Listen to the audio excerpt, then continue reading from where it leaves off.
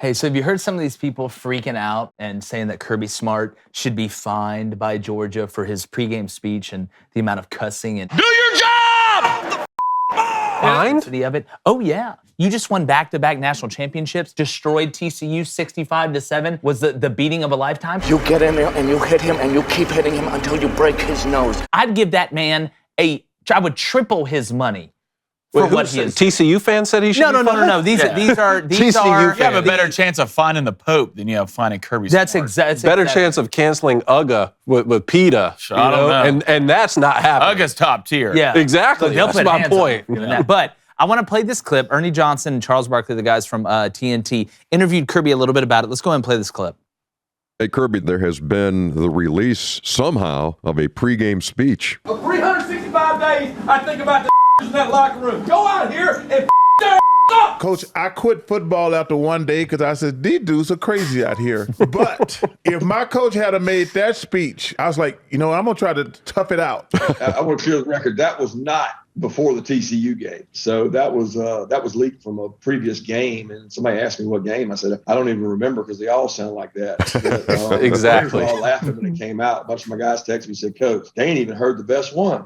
Look, I don't know if you're watching this on TikTok, YouTube, Twitter, Instagram, wherever. If you've ever been in a locker room and or played at a decently high level or coached, you probably don't need to listen to this next part, but I think you'll enjoy it. If you haven't, if you think that was bad, then you would be appalled at some of the things that are actually said. Kirby just said it. It's not even his best one. This is high-level college football. Next step is professional. It's not like he's saying this to a bunch of fourth graders or a bunch of kids going out there to play a flag football game.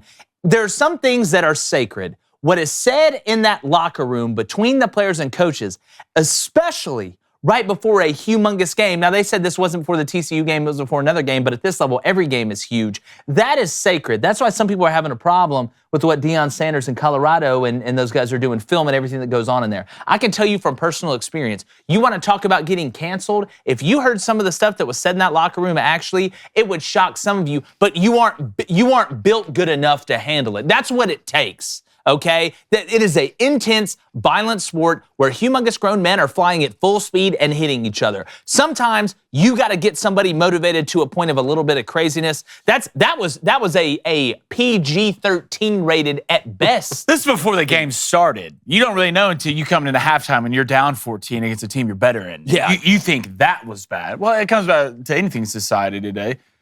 There's a certain level of mentality you have to enter as a guy going into a football game, especially a college football game, of a level of physicality and violence every play for 60 minutes, and you really don't know, you can't really go through it unless you've been in it, right? I mean, you don't really understand it unless you've been in it, a four-quarter fight, and especially once you get to that level, high, top-tier SEC level, you're in a car wreck every play. Yeah. That's what it is. All right, we only have 4 teams left, but only 2 can play in the big game. All right, teams have gone through ups and downs since September, and now they're on the cusp of glory. If that's not enough to get your blood pumping, DraftKings, our sponsor, is giving all new customers a winning offer. All you have to do is sign up for DraftKings using our promo code CRAIN, C-R-A-I-N. Bet at least $5 on either NFL playoff game, and you'll instantly receive an additional $200 in bonus bets. You have to use our code, though, C-R-A-I-N, to get that great offer. You bet just $5 on either NFL playoff game of your choosing and instantly get that $200 in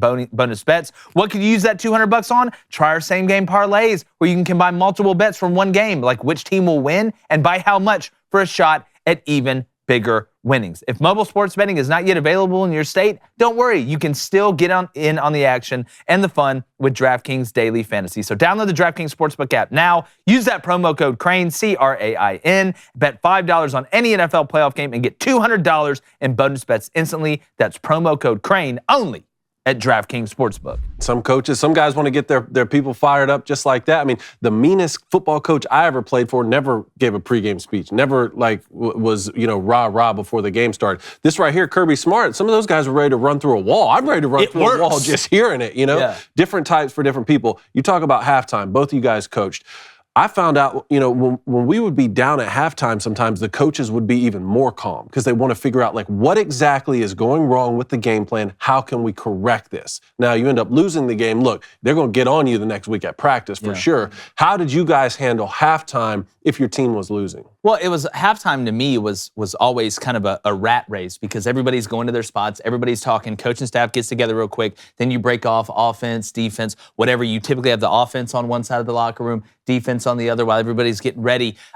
There wasn't a whole lot of time for the rah-rah stuff until right at the very end when everybody comes up together, the head coach gets them and goes back out. A lot of times, too, the higher you go, the players realize what's wrong. So when you're talking to them, you just don't want them to panic. That's the biggest thing if you're down or if you're up by a lot. So it's a fact-finding mission, then it's a communication relay mission, and by the time you get done with that, there's only a couple minutes before you got to go out there and stretch and get ready to go out there for the second half. So the head coach would say something, quick or whatever, or, say the team motto, and then we'd go out there. But to me, that pregame speech, everything that day, that week has built up to it, but everything that day from waking up and going through the meetings and eating the pregame meal and going out there and walking the field and seeing the other team walk the field, your emotions just keep bubbling and bubbling and bubbling, and then it kind of reaches an apex right before you go out there for the game, and I think that's what you're seeing come out with Kirby Smart. Yeah. That's real. That's about as real as it gets. The same thing over the halftime. First you go position groups, boom, then you go side of the ball, offense, defense,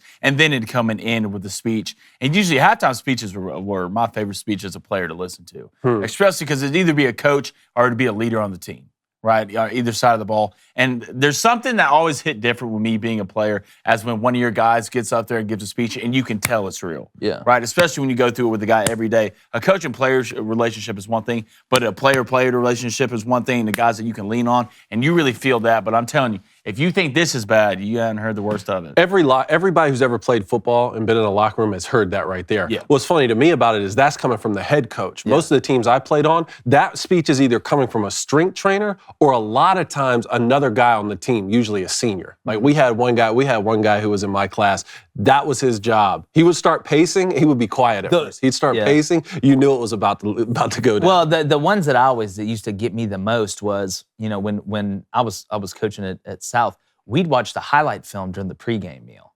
And so he would have a couple people stand up before he put the highlight film on and just talk about what it meant to them, to play in this game and be with each other and stuff like that. That's the stuff, too, that really gets you focused and dialed in and ready to go. But there's just something about that pregame speech, that pregame feeling that, like Blaine said, it's hard to explain, but if you've been in it, you understand it. That's why the people that want to find him for this, it's hard for me to explain this to you because you don't understand it. Now, at the end of the day, do I think you're soft? Yes, I do. And I'll tell that to your face. But it's hard for me to explain this to you if you haven't strapped up those pads and gone out there and really found out what it was about. So in the comments, tell us, regardless of what you're watching on, do you think Kirby Smart should be fined for cussing during the pregame speech to a bunch of grown men? All right, hey, YouTube, we appreciate your support. Do us a favor. Go ahead, turn on that notification bell so you can hear our content, watch our content, listen to our content every time it drops, and subscribe. It helps the show grow. If you enjoy what you're hearing, we'd really, really appreciate it because remember, without you, there is no us.